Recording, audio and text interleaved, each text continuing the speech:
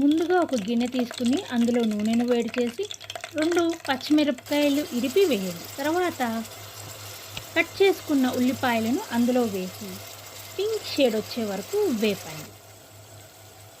తరువాత ఒక బౌల్ తీసుకుని అందులో శనగపప్పు, పచ్చి శనగపప్పుని కాసేపు నానబెట్టి తరువాత కుక్కర్‌లో 6-8 విజిల్స్ వచ్చే వరకు ఉడకపెట్టండి.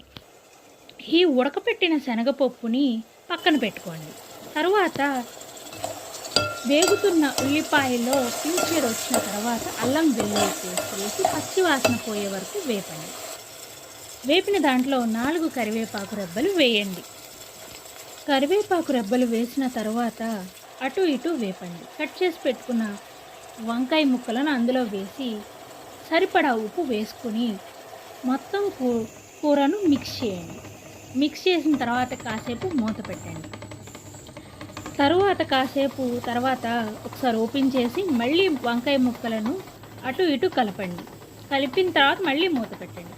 కూర దగ్గరికి అయిపోతుంది అనగా మీరు ఎంత కారం అయితే తింటారో అంత కారం వేసుకుని సరిపడా కారం వేసుకుని అటు ఇటు కలిపేసి మళ్ళీ మూత పెట్టుకోండి. ఇప్పుడు ఉడికిపోయిన శనగపప్పు నీళ్ళతో సహా ఈ వంకాయ కర్రీలో వేసేసేయండి.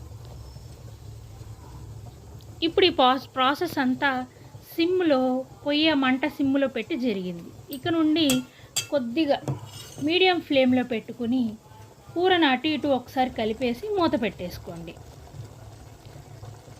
ఫైనల్గా మీకు కర్రీ ఈ విధంగా వస్తుంది. వంకాయ శనగపప్పు curry ready. Thank you for watching.